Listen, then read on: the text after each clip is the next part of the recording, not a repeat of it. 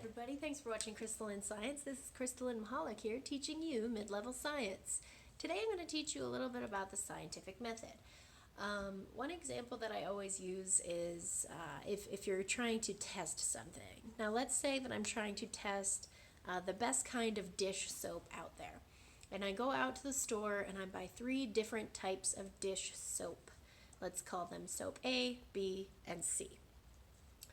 Now, if maybe my problem is which dish soap works the best, I might be able to test that and make that a testable question.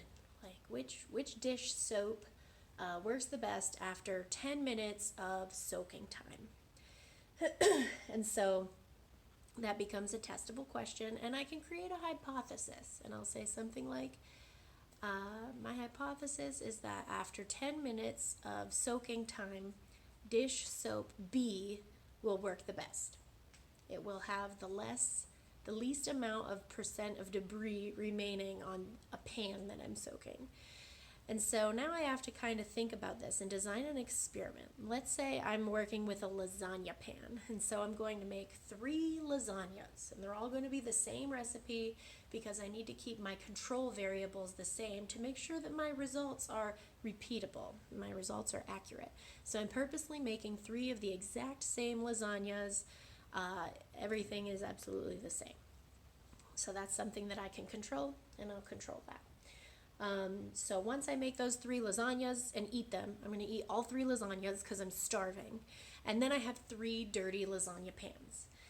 And so what I'm going to do next is put the same amount of soap A in the first one. I'm going to measure that out. So maybe 1 tablespoon of soap A in the first pan, 1 tablespoon of soap B in the second pan, 1 tablespoon of soap C in the third pan. I need to make sure I'm measuring that and keeping that a controlled variable, because if I put more of soap A in soap A pan, that one might clean better because of the amount of soap. I'm also going to control the temperature of the water. I'm going to put in 1 cup of room temperature water that I let sitting in the room. Put 1 cup of room temperature water in each of those 3 pans. Measure that out. And so next, I have to wait. I have to wait exactly 10 minutes for all those 3 pans to soak. And then I can kind of measure what's happening here. So these 3, soap A, B, and C, are my independent variables. That's the thing that I independently chose to change in this experiment. My dependent variables are going to be the percentage of debris of lasagna left in that pan.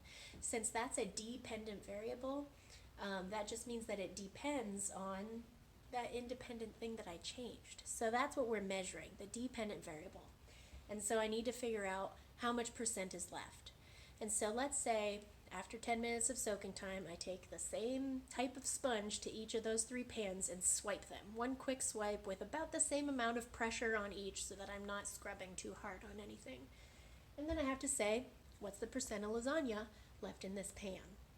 And so with soap A, I end up with 90%, about 90% of the lasagna residue is still in the pan. It's not a very good soap, okay? So with B, I maybe have 2% of the lasagna residue remaining. So I might need to go back for another swipe later, but that's a pretty good soap. Okay, so group C, maybe 60%. 60% of the lasagna is still left in the pan when I'm all done. And so I can say, let's look at these results, let's analyze these. I think what I just said was analyzing them. And so now I can confirm my hypothesis that dish soap B performed the best. After 10 minutes of soaking time, dish soap B was able to clean the lasagna pan the best in this scenario. So hopefully my scenario is repeatable. Otherwise, other scientists might have to go back and investigate what happened in that experiment. But now I can share my results, so that's what I'm doing with you today. So thanks for watching Crystalline Science. Hope you know a little bit about the scientific method. Please like and subscribe.